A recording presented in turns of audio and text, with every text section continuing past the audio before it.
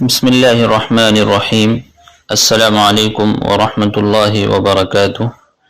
بھائیو بزرگوں، آج 28 ذی الحجہ ہے اور آنے والا مہینہ ہجری سال کا پہلا مہینہ ہے محرم الحرام۔ محرم الحرام کی پہلی تاریخ میں ایک خاص وظیفہ کیا جاتا ہے جس کے بہت سارے فوائد ہیں۔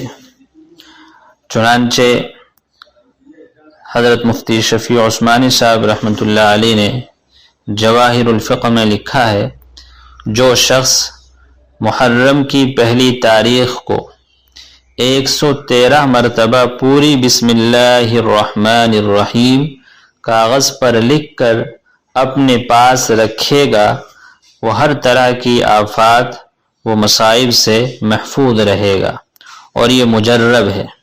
تو محرم کی پہلی تاریخ آنے والی ہے، تو آفتوں سے، مصیبتوں سے، پریشانیوں سے محفوظ رہنے کے لیے اگر یہ عمل کیا جائے تو انشاءاللہ فائدہ ہوگا۔ یہ مجرب عمل ہے۔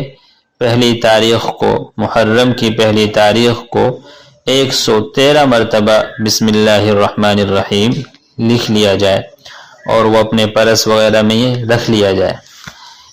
اور یہاں یہ بات بھی ہمیں سمجھ لینی چاہیے کہ یہ چیز بزرگوں کے تجربات میں سے ہے، یہ کوئی سنت نہیں ہے، لازم نہیں ہے، ضروری نہیں ہے۔ اگر کوئی اس پر عمل کرتا ہے تو اس میں کوئی حرج نہیں ہے، لیکن اس کو ضروری یا لازم نہیں سمجھا جائے۔ السلام علیکم ورحمۃ اللہ وبرکاتہ۔